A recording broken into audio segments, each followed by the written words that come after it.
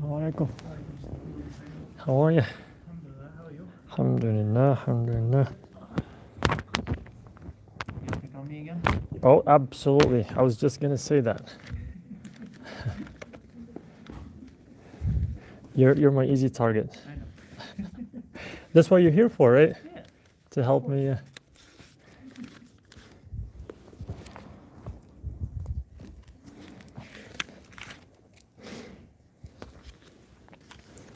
I think we can start.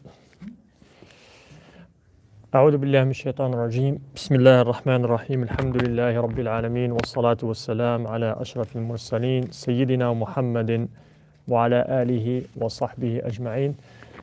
Yeah, I think we started 15 minutes late. Surah Nouh is a little bit, or the story of Nouh alayhi salam is a little bit shorter compared to the story of Adam alayhi salam. So, but I'm intending to have more engagement. You guys ready to answer a lot of questions? Yeah? Yeah, all right. So the first question is, oh yes, you said you're ready, so already, if you're ready already, so it rhymes. All right, so anyone can actually choose to answer. I like how the sisters now are hiding behind the divider. I think they left you by your, no, you can, no, sit, it's a, because we're looking for engagement inshallah. Nuh alayhi salam, I'm going to ask you a tricky question. Nuh alayhi salam, according to our standards, should not be a prophet. Can somebody tell me why? I didn't say according to the standards of Allah. According to our own standards, is not qualified to be a prophet. Why?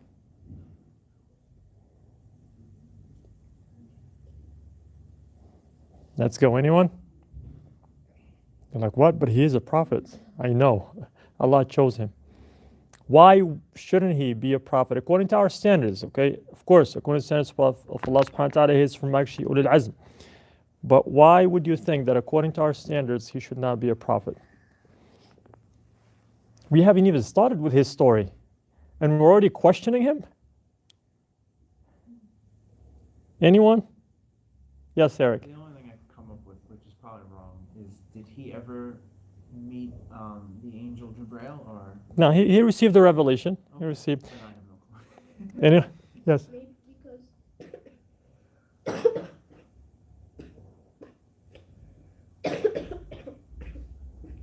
The answer is coming out. It's so big of an answer that he's choking on his own answer. You okay? Water, or you can give him some. Yeah, go get water. There goes my answer. I'll tell you why. Think about it this way. Somebody is calling you towards Allah subhanahu wa ta'ala, right? To believe in Allah subhanahu wa ta'ala. But his own wife and son are actually kuffar. Isn't it according to our standards, what do we say? It's like, oh, look at your family first. When somebody comes and tells you, right, oh, what you're doing is wrong, or they try to give you an advice, what do we do? What's our first defense? Oh, look at yourself, and then look at your family, right? Isn't that what we do?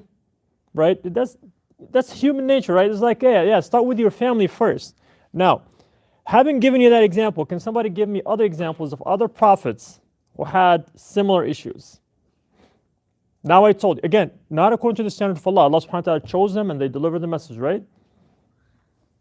So according to, what I just told you, can we have other examples of other prophets who continued to call people to come to Allah subhanahu wa ta'ala, but their own family members or member did not listen to them? Yes. Ibrahim alayhi salam, who didn't listen to him? His father, right? Allah subhanahu wa ta'ala mentions Ibrahim alayhi salam. Thank you so much. Ibrahim alayhi salam is one of the prophets that he called upon his own father, and the father rejected the message, right? He even helped throw him into fire, right? Who else? Good job. Who else? A prophet that his own wife turned against him and even told on him to her own people. And actually he's mentioned with Nuh alayhi salam in one ayah.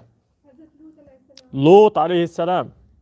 Remember Lut alayhi salam, his own wife, right? She told actually on the visitors that actually came to visit him, she went to her own people and she said, there are a bunch of good-looking men are actually visiting, so come and she invited them to actually, go and obviously, we know the rest of the story, but that's not our story today.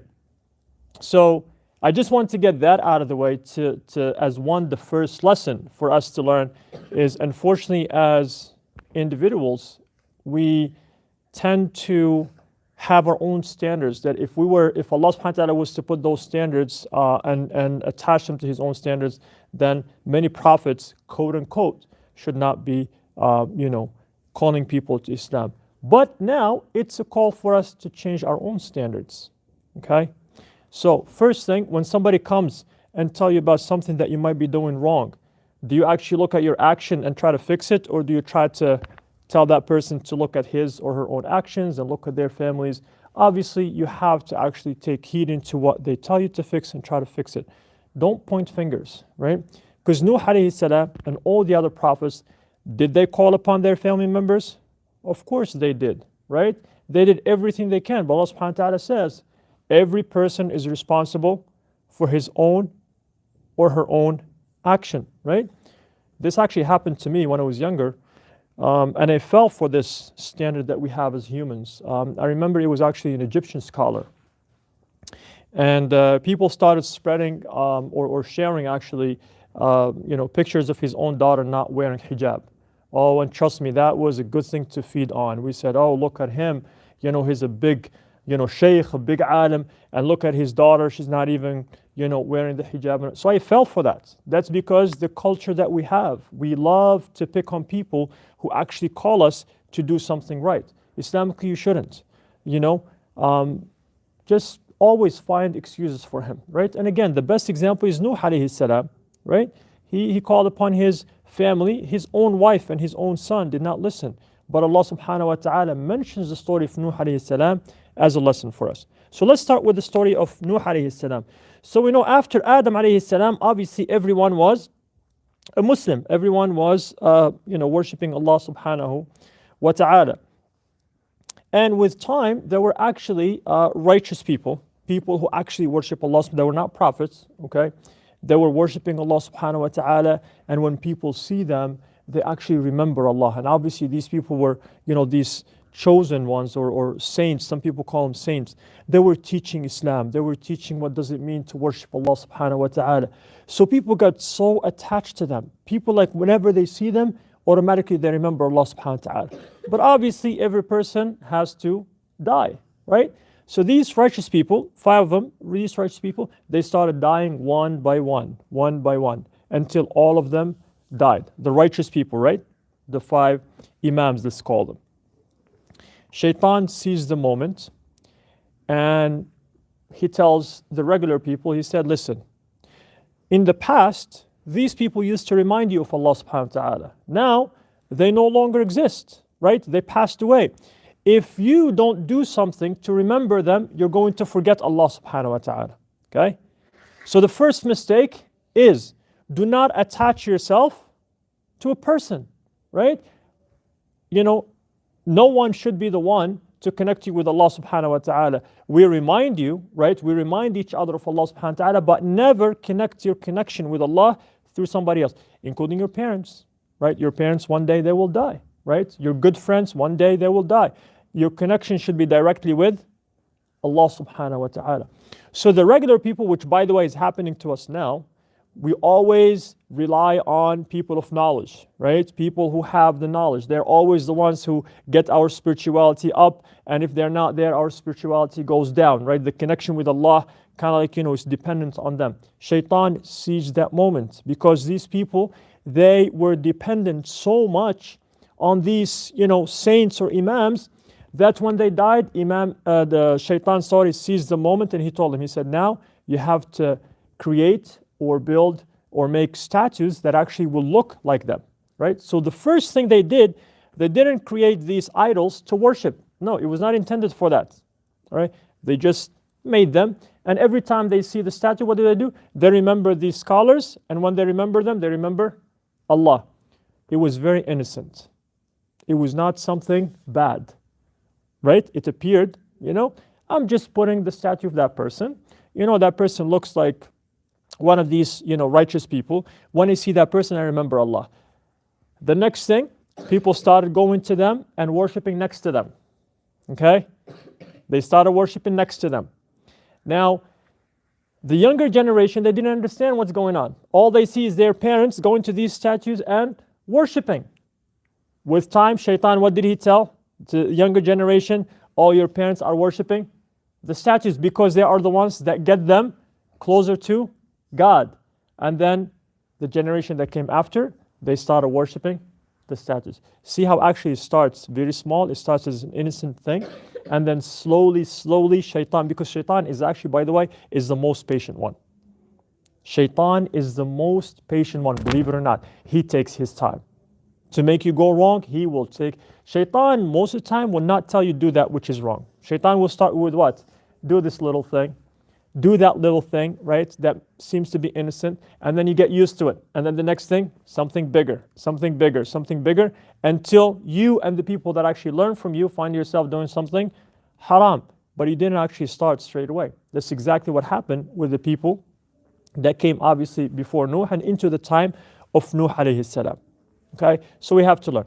I'm going to actually share with you one story that unfortunately happened, and of course taken scale to it. It's not necessarily something that happened to some of you guys.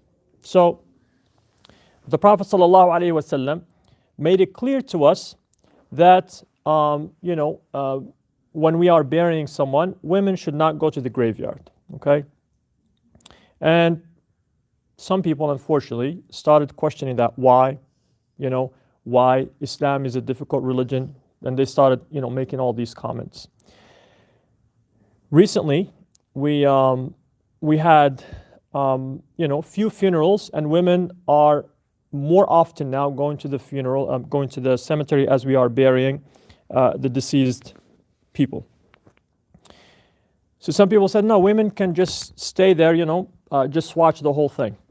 And then slowly women actually started standing by the grave, literally competing with us men. So some of us actually find ourselves leaving. Like for me, now I start leaving. When I see women stand, I have to leave.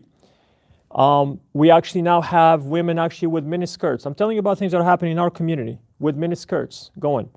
And the latest one, not the one that happened today because we just had a janazah today. The latest one, we had a non-Muslim woman. I'm not going to have to describe the way she was dressed. She was given the shovel, competing with us, and she was actually putting dirt on the casket of a Muslim. So what I'm saying is, Allah made it clear to us through the Prophet ﷺ that if I tell you something is haram, just don't try to be smart about it. Don't try to challenge it. Don't try to make it sound like it's difficult, because Allah subhanahu wa ta'ala knows why He is telling us not to do what we're not supposed to be doing. We even had women crying and weeping, and the imams they get confused. And these are actually janazahs that they attended, especially the one that actually we had a non-Muslim holding the shovel and dumping the dirt on the casket. I left. I said, you know what? I can't do this. So again, this is one of the examples, but you take and you scale to it. So Nouh alayhi salam found himself among people who were worshipping idols, and they were convinced, because when he told them, you have to stop, they said, this is what actually our forefathers used to do, right? This is another thing for us to have to actually learn. Islam is not a culture. Islam is not something that you inherit. Islam is a religion. Islam is a way of life. You have to understand what you're doing and why you're doing it. A lot of people, we take things from our parents or from people that we see, we take it, we think it's part of Islam and we do it. Even Islam, you have to learn things and make sense of what you're doing. Okay? The salah, how do I actually pray?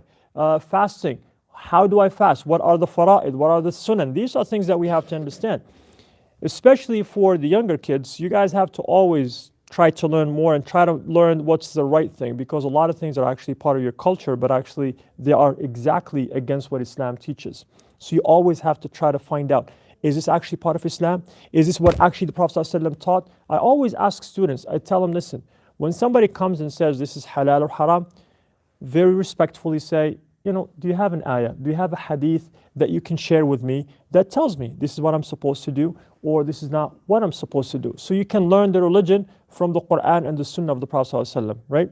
Even with your parents, again, don't be mean or rude to your parents, but say, Dad, Mom, you told me to do this. Is this actually in the Quran? Is this actually in the hadith of the Prophet ﷺ? It's okay, ask, very nicely ask, right? And even those who are, adults, there are a lot of things that actually we learn and we just see people doing it and we do it, and and we think it's part of Islam, but actually you find out that it's actually against what Islam is teaching. So Nuh alayhi salam finds himself in this situation, and they say, well, this is what actually our forefathers, were doing. If you actually, before even we get in details in the conversation, how long was Nuh alayhi salam calling his people for? How many years? Yes, sir. Like 900,000 years? 950, right? Right in between, 950. Actually, in the Quran it says 1,000 years less 50. So that's where I think where you got the 1,000. And this is something for you guys too, especially the youngsters. If somebody calls, people to come to Allah for 950 years, and he has a very small number of people following, is that success or failure? Let's be honest. 950 years, but he had a small number of people that he could fit them, on the ark with the animals, and he had a lot of animals. I mean, he had very few followers. Do you think, guys, that's a success or that's failure? Really? 950 years and only very small number of people follow you? I mean, at least people did follow him. At least people did follow him, right? But let's be honest, if you were the one doing it in 950 years and you have a very small number of people following you, and then your wife and your son do not follow you, how excited you would be? Not excited, right? Again, it takes us to the standards of Allah subhanahu wa ta'ala are not like our own standards. Actually, the story of Nuh alayhi salam was one of the most successful stories in history. Because remember, those very few who actually lived, they are actually our ancestors. We are here because of them, right? Because what happened to the rest? They died. They vanished. So Nuh alayhi salam and the very small number of people, actually they are our forefathers, right? That is success, because without them, if Nuh alayhi salam didn't have these very few people follow him, guess what happens to humanity? Would we exist? We would not exist. Without Nuh alayhi salam and the very few that actually followed him, without them, we would not exist. We would have been gone, right? Because Allah subhanahu wa ta'ala created Adam alayhi salam, and he had his offsprings, right? And then we have Nuh alayhi salam and the people who followed him. But anyone else that did not follow Nuh alayhi salam, including who? Who also drowned, ended up drowning, and Nuh alayhi salam was asking him to join them. He said, nope, I'm going to go to the top of the mountain and it's going to save me. His own son, right? His own son ended up dying, right? Because he chose not to follow Nuh alayhi salam. So remember, even though it was 950 years of calling towards Allah subhanahu wa ta'ala, very few, but actually those very few, it was the quality, not the quantity. Yes, sir? And his wife. And his wife also, yep, you're right. I love his memory. His son and his wife, right? Both actually ended up dying, right? So for us, we have to remember, right? Same thing for you guys. If you do something for the sake of Allah, don't look and say, man, I gave all this time, all this energy, and then I'm not seeing anything, right? It was not successful. For Nuh alayhi salam, if he did that, he would have given up long time ago, right? But he didn't. He understood that he had to do what is right. Because listen, Nuh alayhi salam, right, when he was talking to his people, he tells this to Allah subhanahu wa ta'ala, but Allah subhanahu wa ta'ala, of course, knows it all. Nuh alayhi salam did everything possible. He called them during the day, he called them during the night. He called them in secret, he called them in open. Meaning, Nuh alayhi salam didn't try one method and say, you know what, it's not working, right? I'm giving up, I'm walking away.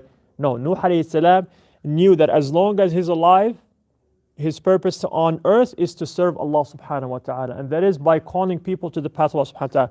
He understood one thing. I have to do what Allah subhanahu wa ta'ala told me to do. And the result is in the hand of who? Allah. Remember, when you do something for the sake of Allah, does it depend on you, the result? No. It depends. Allah will make whatever He wants to happen. If He doesn't want it to happen, it doesn't matter. What you do, it's not going to happen. As long as you have the true belief that, listen, I have to do what is right, and I have to do it for the sake of Allah subhanahu wa ta'ala. and keep at it. It doesn't matter how long it takes. It doesn't matter how many people do not like it. It doesn't matter how many people oppose you, because Nuh alayhi salam, literally, people actually put their fingers in their ears, right? And they'll actually cover their faces because they don't want to listen to Nuh, right? He was the most disliked person at that time among the disbelievers. They didn't like him. Nuh alayhi salam was not liked. People did not like him. So, but here's the interesting thing. Nuh alayhi salam was asking people to come to Allah subhanahu wa ta'ala so Allah may forgive them, right? He didn't say, come and, I want you to do this. No, he said, Allah is calling you so He will forgive you. Allah is calling you actually to bless you with all the blessings. But still people did what?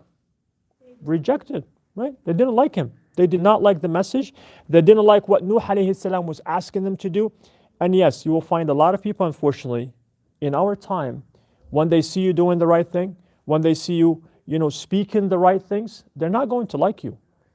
They're not going to like you. They will do everything to stop you. So now, Nuh alayhi salam is calling people to come to Allah subhanahu wa ta'ala. Now, let me ask you a question. So, when it was decided, that's it. Whoever followed Nuh alayhi salam has followed Nuh alayhi salam. Whoever decided not to follow Nuh alayhi salam, that's it. It was their final decision. What did Allah subhanahu wa ta'ala tell Nuh alayhi salam to do at this moment now? Right? That's it. It has been decided. Those who followed Nuh, that's it. They are with him. Those who are against him, that's it. No one was going to change his mind or her mind. So what did Allah subhanahu wa ta'ala tell Nuh alayhi salam to do? It's a story that we have actually the three religions share. Yes, sir. Build what? Yep. To build the ark. Now, was there an ocean next to him? Nope. Where was he? In the desert. No, the rain came later, right? The rain came later. It was a desert. I want you guys to think about this, okay? It's a desert, and Allah told Nuh alayhi salam to build a what? A boat, an ark, that only sails where? On water, right? That it's dry. It's sand. There's no water, right? Now, did Nuh alayhi salam build it overnight? No. But here's the thing, before we actually come to submission of Nuh alayhi salam. But was Nuh alayhi salam by himself when he built the ark? Okay, this is something very important for you guys. Most people, when they want to do something for the sake of Allah, they want a position with that. Okay? I want to be recognized. I want to be, that's why we expect the imams to do things, communal leaders to do things, because the rest of us, we're not that important, right? We shouldn't do anything, right? This is unfortunately the mindset of a lot of people. I'm too young, I'm not famous, I don't have. Would Nuh alayhi salam would he have been able to build the ark by himself? No. Who helped him? People on his side. Yes, the people on his side. Do we know their names? No. Are we going to learn their names? But did they play a big role in the story of Nuh alayhi salam? Yes. Absolutely. Who knows them though? Allah. Allah has a record. And this is actually what Islam is all about. Islam is not about being famous. Islam is not about, people knowing who you are and knowing your name. Islam is about who knows you. Allah, that's it. Because remember, we are not the offsprings of Nuh alayhi salam by himself. We're the offsprings of Nuh and those who followed him, right? Those are our fathers that we will never learn their names. So let's look at a hadith of Prophet ﷺ that actually tells you the difference of how we look at people and how Allah subhanahu wa ta'ala looks at them. The story of Nuh, if anything, is to change the way we look at things. Really, the story of Nuh is to change the way how we actually live life, like from point A to Z. So the Prophet ﷺ, and some of you guys might know this hadith, the Prophet ﷺ was sitting with his companions. And of course, a wealthy, famous person walked by, right? And the Prophet ﷺ asked the companions, he said, what do you say of this person, right? He's famous, everybody knows him, he's rich, right? Oh, they say if he speaks, everyone listens to him, right? All he has to do is just speak, we all listen, right? If he gives an opinion, we go by it. If he asks to marry one of our daughters, anything he asks for, he gets it because he's famous. Everybody knows him, right? Okay. Prophet ﷺ, lets it be. He doesn't say anything after that. And then another person walks by, right? A person who's not famous, a person who's not wealthy, a person that, people don't see him as someone who's, significant or important. So the Prophet ﷺ asked the same question. He said, what do you think of this person now? I said, oh, no one listens to him. If he asks for our daughter's hands, no one is going to marry, his daughter off to this person. Like, who cares about this person? So the Prophet ﷺ said, he said, in the sight of Allah, earth full of the first person, full, meaning like any inch on earth, full, I mean, it's like filled with people like that person, is not even worth just one of the second. Meaning the second one in the sight of Allah is more valuable to Allah subhanahu wa ta'ala than earth filled with that first person, the wealthy one. Because Allah subhanahu wa ta'ala doesn't look at our wealth. He doesn't look at our fame. Actually, Islamically, we know the wealthier you are, the more famous you are, the more questions you're going to have to answer on the Day of Judgment. That's something you have to, because a lot of people think, oh, fame is, oh my God, I'm famous, everybody knows me, and we take advantage of that. Actually, the more fame you have, the more worried you should be. The more money you have, again, there's nothing wrong. We're not saying be against it, but you don't want to be looking for it. In life, you have to be looking for words to please Allah subhanahu wa ta'ala. So Nuh alayhi salam, his followers, we do not know their names. And even actually the people of the book, they don't mention, big names like it's Nuh, right? Noah is the person that they talk about. Everybody else is, it's just everybody else. But the ark would not have been built, and it was decision of Allah subhanahu wa ta'ala. It would not have been built if it was not for those with Nuh alayhi salam. Now, let me ask you a question. So they built the ark, right? If they were to build the ark for themselves, would it have been the same size compared to the original one, or would it have been a little bit smaller, or maybe like much, much smaller? If it was only them, just the followers. It would be smaller, right? But Allah subhanahu wa ta'ala in life, it's not about just you. Allah did not create us for ourselves. You guys understand that? Allah subhanahu wa ta'ala created us to serve a purpose, to be beneficial to others. So the ark had to be big because why? Who else they had to actually bring with them? Animals. Right? Now the people of the followers of Nuh could have said, listen, first of all, this is the desert, right? Secondly, by the way, they were being made fun of day in and day out. They didn't build the ark overnight. People were making fun of them. Actually, we have stories that actually they were even like, the non-believers are actually making the ark dirty and they had to come back every day and clean it. We don't have to get in details. So, it was difficult. So they could have said, hey, listen, every day is a struggle. Let's only make it small enough to be enough for us, right? They could have said that, but no. They understood that Allah subhanahu wa ta'ala wanted them to build an ark that actually would fit, not just, not them, but every pair of the animals that Nuh alayhi salam had to get in the ark. So never wake up one day and say, life is about me. Life is not about you. Life is about you serving. Remember when Allah subhanahu wa ta'ala spoke to the angels, what did he say? He said, Inni ja'alun fil ardi khalifa. What does a khalifa do? Khalifa is a custodian. What does a custodian do? Have you ever seen a custodian just take care of himself or herself? That's it? That's not the job of the custodian. Custodians actually don't focus so much on themselves, right? They focus on serving, right? Serving, right? So that's what actually Nuh alayhi salam and his followers understood, and that's what we actually have to learn as well. Life is not about me. By the way, when you focus on the bigger picture, when you focus to be beneficial to others, by default, who do you have to take care of first? Yourself. But now what's the reason that you're taking care of yourself? It's the selfless reason. Does that make sense? Because I want to be beneficial to others, I have to take care of myself. Because I want to be the strongest one, right? I want to be the most educated one. I want to be the most dedicated one. So all these things take a lot of an investment in myself, but the investment not because I'm selfish, because I am selfless. And guess what? You get to take care of them yourself and you get the rewards for it. Compared to somebody who's selfish and only thinking about themselves, it's all about them. They don't even get the reward for it, right? I want to be healthy. You can actually literally work out and get rewarded for it, right? Literally. Eat food that you enjoy and get rewarded for it because now you're doing it because you want to be beneficial to others, as compared to somebody who wants to work out because they want to look buff, right? I want to look then you're doing it for that reason. Allah will not reward you for it. So you could actually, in Islam, the beauty of it, you could literally enjoy life as long as your intention is in the right way, right? I'm taking care of myself, because Prophet ﷺ says, "Al-mu'minu qawiyyu khayrun min al-mu'min al-dha'if." The strong believer is better than the weak one. Of course, it talks about both the iman and the body, because as a believer, you don't want to be the sick one that everyone is taking care of you, right? The burden. You don't want to be the one, becoming a problem for your family. They have to take care of you. No, you want to be the one helping. So when you live life like that, Allah subhanahu wa ta'ala will reward you for that. So the followers of Nuh alayhi salam, not only did they build the ark for them to be saved, but they built the ark for the animals as well. Yes, sir.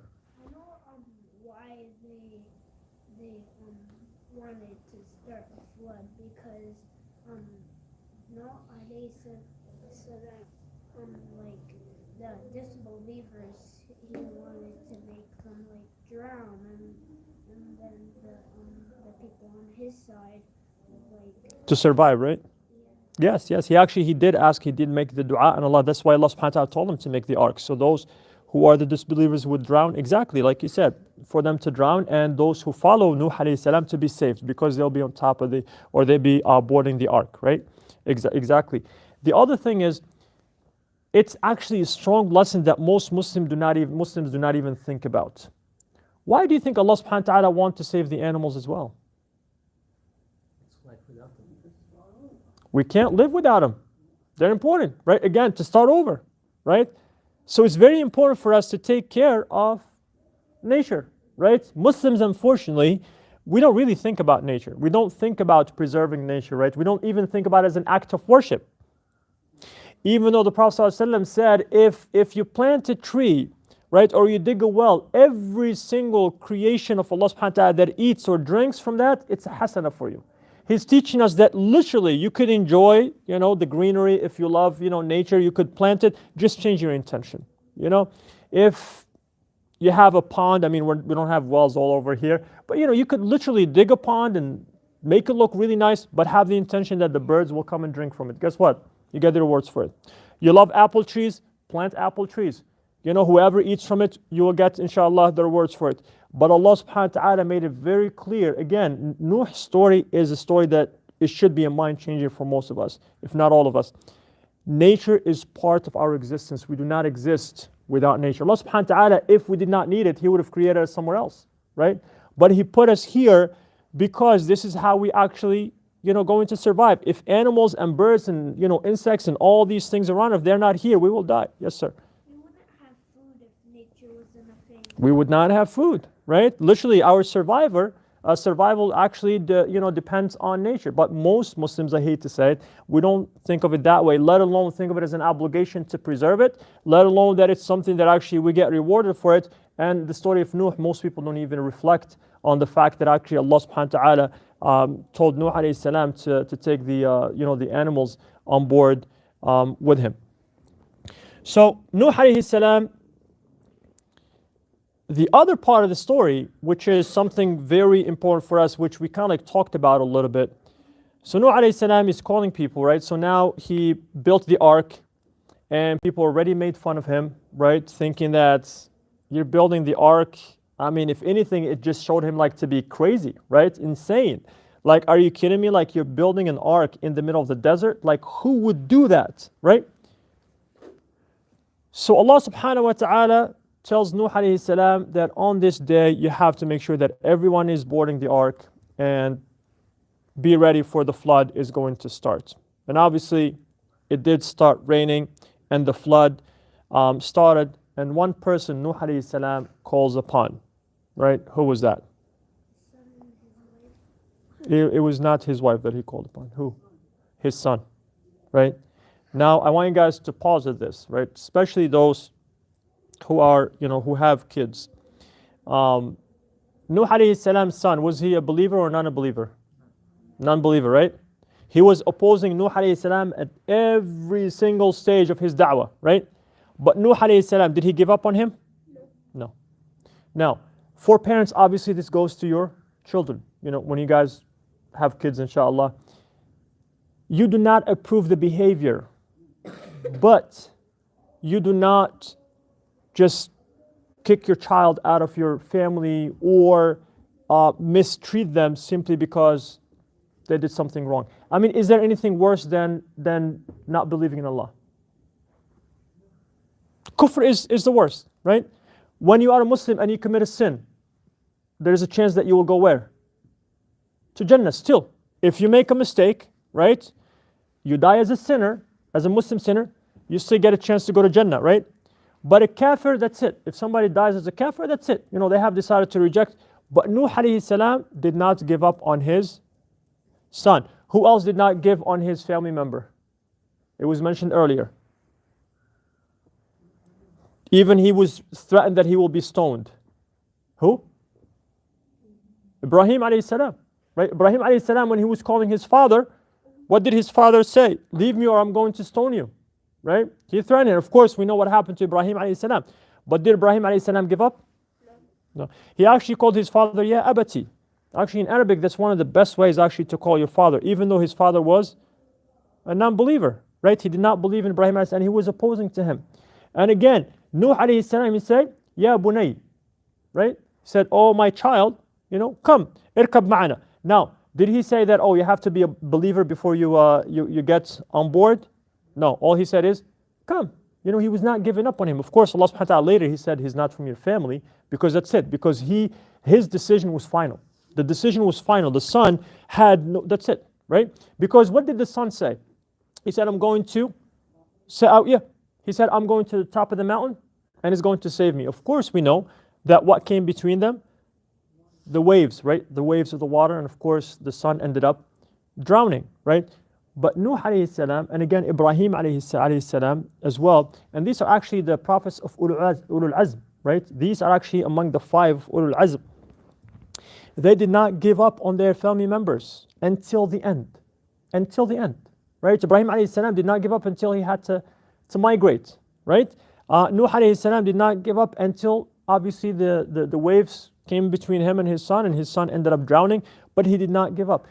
And these are actually family members who were kuffar. They were not sinners. They were not making mistakes, right? And we all make mistakes. So when somebody makes a mistake, you have to actually be lenient with them, right? Again, you have to oppose the thing. What's haram is haram. What I mean is, which is, by the way, unfortunately, some people go to one of the extremes. Some people, when somebody makes a mistake, I mean, they get to the point that they're going to kill them, right? I mean, they get aggressive, physical, to the point they're going to kill them. We also have the others, right, who do not try to correct them, who just let their kids like, oh yeah, go ahead. Is that how you feel? Yeah. And then when he asks, like, yeah, I don't want him to get upset with me, and I'm like, you have to save your child.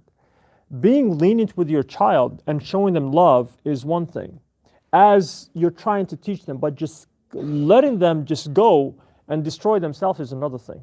Nuh alayhi salam continued to show love to his son, but at the same time, he did not say, oh, don't worry, you don't have to be Muslim. He continued to call him to Islam, right, until he died as a kafir. So, and this is another problem that we have actually with our community, because it makes us feel better, right? And I'll use Eric. He's like, are you going to pick on me? Of course I'm going to pick on you. Let's use Eric for example, right? Now, how many sinners here in the room? Raise your hand if you're a sinner. Okay, all of us are sinners. There is no way you would say you're not a sinner. We are all sinners. You know what's one way to actually make you feel better, which is actually something that destroys you at the same time? You actually highlight the mistakes of others, right? I'll go to Eric, for instance, and Allah has, mashallah, covered his sin, but you know, I somehow find out about it. You know what makes me feel better? I expose him and make him look like a bad person. Because what does that do? Because maybe I'm not committing that same sin, right? So I go, astaghfirullah, Eric, you're doing this. It makes me feel better. But what it doesn't help, first of all, I'm exposing him, which Allah subhanahu wa ta'ala says, this is clear, by the way. If somebody's making a mistake and you go and expose them, what will happen to you? You'll be exposed. But who's going to expose you? Allah. And if Allah exposes you, trust me, it's not like people exposing you, right? Actually, one of the names of Allah subhanahu wa ta'ala is As-Sattar. What does He do? He covers. Allah subhanahu wa ta'ala, as you are sinning, right? As you are committing a sin, as you're doing something wrong, if people do not see you, make sure that you do not go and expose yourself. Okay, remember this. If you're making a mistake, right? If you do something wrong, make sure you do not go and brag about it. This is another disease that actually we have among the Muslim community now. We make a mistake in the morning, right? When no one is seeing us, where do you go in the evening? Oh my God, you know what I did? I did this, right? Or you do it at night and you can't wait till the morning, you know. And now with social media, of course, we expose ourselves on the spot. Actually, there is a hadith Prophet ﷺ, he said, Allah forgives all the sins. He forgives except for kufr and shirk, right?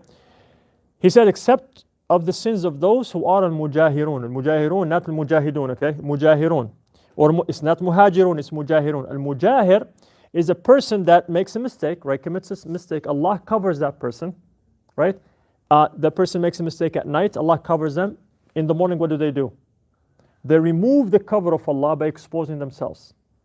Or they commit the sin in the morning and they wait until the night, and again they do the same. They expose. So Allah subhanahu wa ta'ala is saying, I just covered you. What you did is what? You removed the cover, right? And you went in and you just bragged about it and you told people, oh, you know, I did this and this. And Allah will not forgive that sin. Right? As long as you're covering your sin, there's a chance that Allah will do what? Forgive you.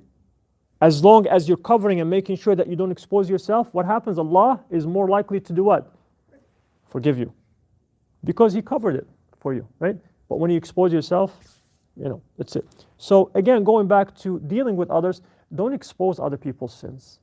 Actually, the reward of actually covering the sins of others, Allah will cover your sins even more.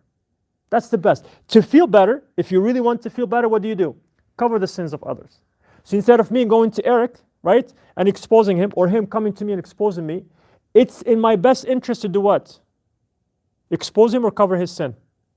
Cover his sin, right? If somebody comes, right, let's say Hani comes to me and says, oh, did you see what Eric did? No, I'll be like, no, and I'm not interested. Or Eric comes and says, oh, did you? No, I shouldn't, and that's me doing what? Covering either Hani's sin or Eric's sin. Because what? My intention is for my sin to be covered. Because Hani came to me to tell me about Eric, but he has no idea. Maybe I did something even worse than Eric, right? Or vice versa. So it is in my best interest, and it's in everyone's best interest. Do not expose others. The Prophet ﷺ was asked, right? They said, Ya Rasulullah, even if it's the truth, he said, that's backbiting. And backbiting is haram. Because some companions asked this question and said, how if that person actually did it? I'm not lying, I'm saying what they did. He said, that's backbiting, and backbiting is haram. Right? And if they didn't do it, it's slander. It's even worse than actually backbiting. So I know, you know, a lot of us, mashallah, we love to talk, right? Don't talk about people, even if they did it. Even if they did the mistake, do not talk about them, right? Pray that Allah subhanahu wa ta'ala will forgive them. Pray that Allah subhanahu wa ta'ala will guide them. Because again, you might not be committing the same sin, but trust me, you're not better than them in a way, right? So, and because when you make the dua for them, Allah will also cover your sin. Allah subhanahu wa ta'ala will protect you from your own sin. Because trust me, the first victim to your sin is who? You. Exactly. Thank you. We have, mashallah, I love this group, mashallah. You are the first victim to your sin, no matter what the sin is, right? So always try to help people kind of like, you know, cover. And again, going to the family, it becomes a struggle for us to strike a balance. I always say, and this is something I do with my kids, I don't call my kids good or bad. I just tell them, I'm proud of you, I love you. I reinforce that relationship with them, but when they make when they make a mistake, I tell them, this is wrong. And we have to address it as wrong. When they do something good, I tell them, this is good. Let's make sure that we increase in this, and let's sure that we decrease in this, but they know I love them, right? So that's actually what Nouh alayhi salam was doing with his own son. He rejected. Nouh alayhi salam did not like the fact that his son was not believing in Allah subhanahu wa ta'ala. But as a father, he did not give up on him. He continued to show the rahmah. Ibrahim alayhi salam, same thing, right? Ibrahim alayhi salam did not give up on his father until it was the end. And it was what it was. Now, so we go back to the story. Of course, everybody gets on the ark, and the water's levels start rising. And Nuh alayhi salam, his ark lands on top of a house, on top of another mountain, right? Al-Judi, right? And we're not going to go to the history of what it is or all of that. But one thing I want to mention here, so that ark, is it beneficial to us anymore? It's not really, right? It served its purpose, right? That ark was built for the purpose of keeping Nuh alayhi salam and his people safe, right, and the animals, and it served that purpose. Same thing for us. You have to look at what is the one thing you're really good at and try to benefit the ummah with, right? Some of us, Allah subhanahu wa ta'ala gave us specific skills, right? Talents, knowledge, whatever it is. Always try to look for something that Allah subhanahu wa ta'ala has gifted you with, and Allah has gifted us with a lot of things. But sometimes there's one unique thing that actually makes you stand out, you're best at it. Try to use that, right? Try to use it as a blessing from Allah subhanahu wa ta'ala. And the benefit of it, it's going to outlive you. The benefit of it is going to outlive you. So start, and actually this is part of our identity.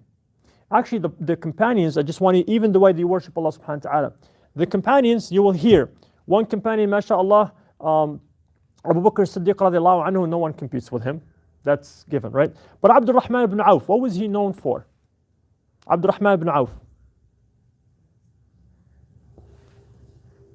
Abdul Rahman ibn Auf, what was he known for? Money.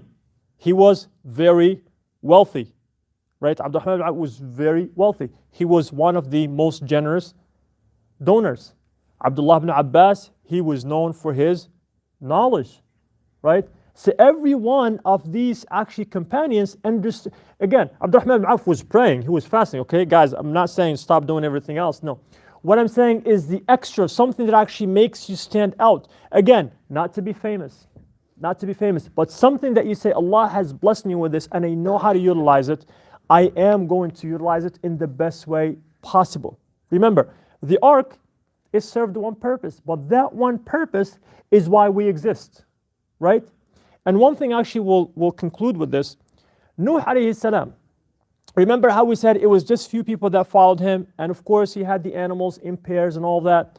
Now, does Nuh get to see the fruit of his work right now? No, he's not with us. This is another thing. When you plant a seed, right, farmers actually understand this. Some farmers will die before the seed starts even sprouting, okay? Meaning like start showing the greenery a little bit above the ground. But actually that seed could be something that actually starts a forest, right? Nuh alayhi salam died knowing that the people on earth were the people who followed him, right? And maybe few of their offsprings. That's all he saw. But we are actually the offsprings of Nuh alayhi salam. So when you do something, and this is again, reminder, and actually we have this in Hadith Prophet ﷺ, the Prophet ﷺ said, of course, we're not comparing ourselves to Nuh, guys, but I just wanted to tell you things in life that you know, Allah subhanahu wa ta'ala tells us that our deeds actually would outlive us. So the Prophet ﷺ said, when a person dies, all the deeds will cease to count and exist, right? Because you cannot work, you cannot do anything, right?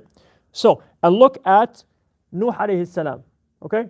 So, he said, with the exception of three things, right? The Prophet ﷺ said, three things will outlive you. Okay, three things will outlive you. So, and we don't have to say them in order. One of them, can anybody tell me? One thing that actually will outlive you. We have three. Something that will go beyond your time. You'll be long dead, but that thing would still count towards your hasanat. Yes, sir.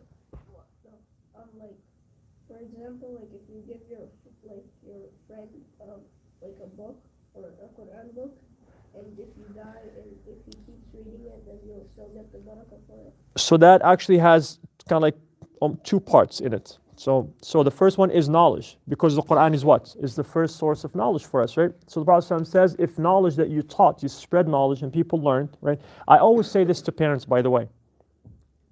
Do your best to be the ones to teach your kids Surah Al-Fatiha at least. Why? At least 17 times a day, and if they get to teach it there, I mean, imagine their words, right? I always say at least. Surah Al-Fatiha, don't let somebody else teach it to your kids, right? Be the one to teach at least Surah Al-Fatiha. Obviously teach them more, but I always say the bare minimum, Surah Al-Fatiha, right? And of course the knowledge is everything pertaining to our deen, right? So he said, Sallallahu Alaihi Wasallam, knowledge that will continue, right? And the other one is a sadaqah jariyah, right? And the example was the Quran. Obviously, the Quran is a sadaqah. If you give a mushaf, it's sadaqah, and also has knowledge in it, right? So sadaqah jariyah also will outlive you. And the third one is your child, a righteous child, right? A righteous child. So Nuh alayhi salam, obviously, the offsprings, all of us, at least from that generation, right, continues to have righteous children. Because again, we do have righteous people in our community, right? That continues, right? And Nuh alayhi salam was a prophet, we have the knowledge, right? And Nuh alayhi salam preserved what? Pretty much preserved nature, right? And that's an ongoing sadaqah for us. So Nuh alayhi salam, even though he did not get to see the fruit of his work, but actually we are the fruit of his work. And of course, through the decree of Allah subhanahu wa ta'ala, and the blessings of Allah subhanahu wa ta'ala. So we will actually stop here. This is the story of Nuh alayhi salam. We will start with Hani. One thing that you learned.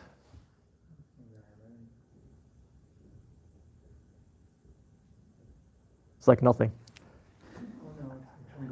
It's like not to expose Eric.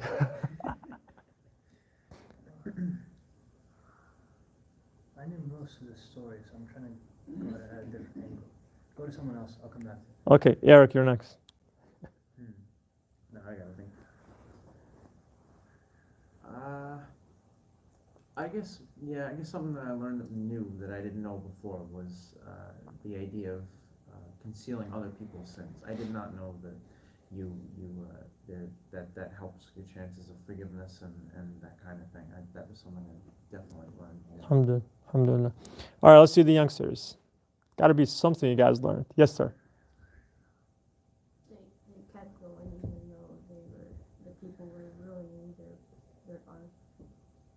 They didn't give up, right? They kept at it. Yes, sir.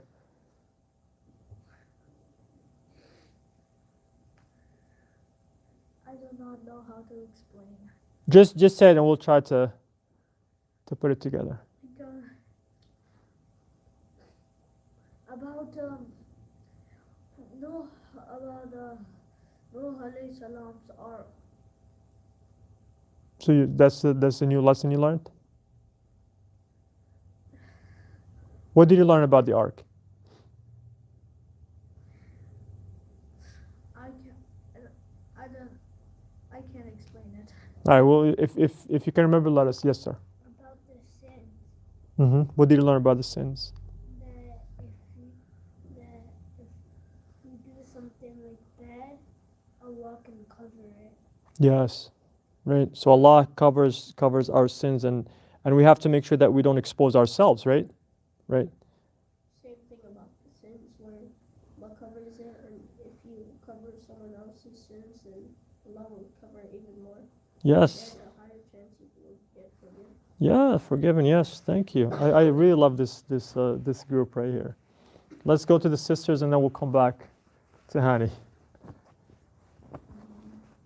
I learned that the 5 pillars of Islam is sadaqah, and I didn't know that it's so important in this surah too, that sadaqah jariyah is Sadaqah jariyah. going on and on even though you pass away. Yeah. Yes, sir. I didn't know that that Nuh alayhi salam's wife and son weren't believers. Yeah, they were not. Yeah. One thing that stayed with me was not to give up on your family. True. That's one of the things that we give up easily on, right? Unfortunately. So alhamdulillah. Don't give up on Eric. Alhamdulillah. See? You owe her dinner now. Pick a restaurant. Start thinking. I know at least we have Sister Khadija back there. Okay. And then you expose the other sisters. You point to them and they'll start cheering. But you're first, Sister Khadija. Yeah. Yeah, it was. Yeah, his wife. His wife and son. What about his brother? I do not know. The stories. The wife and the son are both mentioned in the Quran.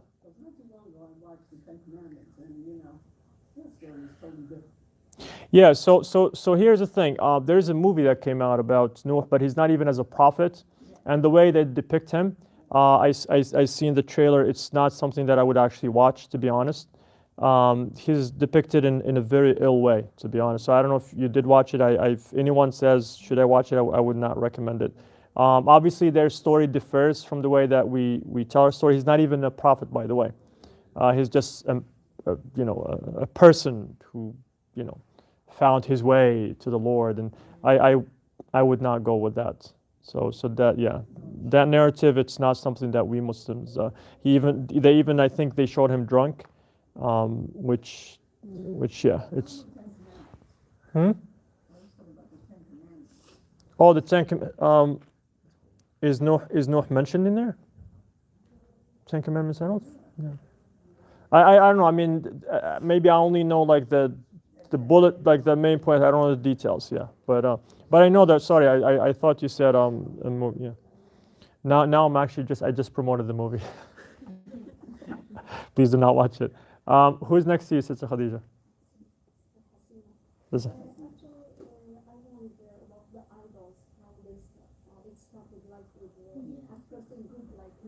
Yeah.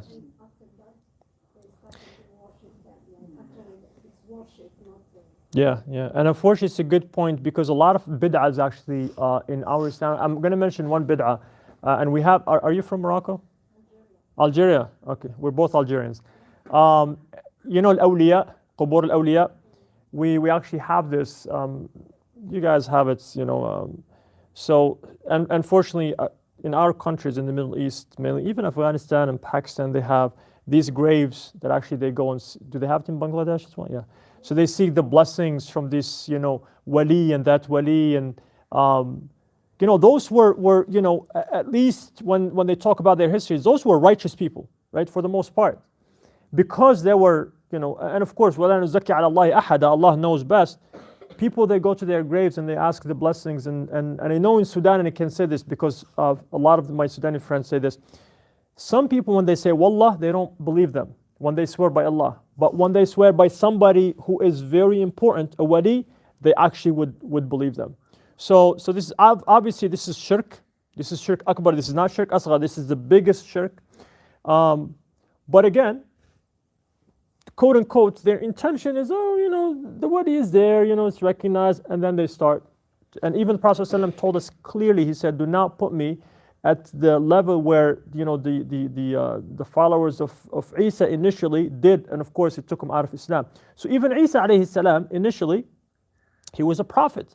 Like Unitarians actually still consider Isa alayhi salam as a prophet, even though they are considering themselves Christians. But that's actually where they split ways with the others.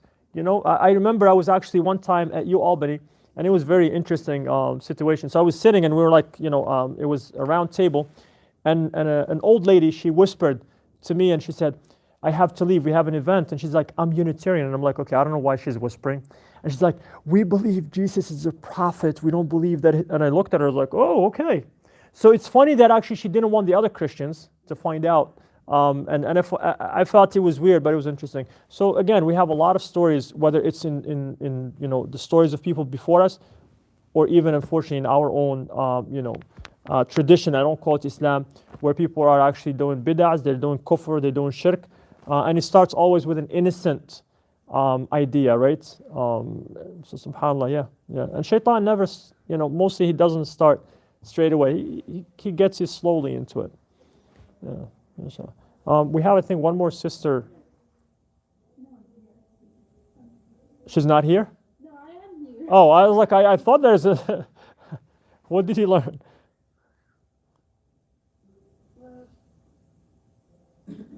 I don't know. I wanted to say it slipped from my mind. It did? Okay. Or maybe somebody else mentioned it, right? Yeah. Yeah. Should we come back to you? Because Hani, mashallah, have something deep to share with us. Just how powerless we can be, because Prophet of Allah could not even convince his own son or wife that God exists, but also not to give up. He was still persistent. Absolutely. It is deep actually, the way you mentioned it. You said it. Sometimes we rely so much on our own, right? Our own abilities, right? It's like actually in Islam, you even in life, right? As Muslims, of course, obviously, you do what you can, right? At the end, you don't have control over everything, but at the same time, don't give up, right? You did promise something deep, and it was deep. Anybody else before we conclude, inshallah? Anybody else that might have some? Did you remember, or you still just the ark? It's okay. إذا سبحانك اللهم وبحمدك استغفرك واتوب اليك والعصر يستغفر خسر الذين امنوا وعملوا الصالحات وتواصوا بالحق وتواصوا بالصبر. السلام عليكم ورحمه الله تعالى وبركاته.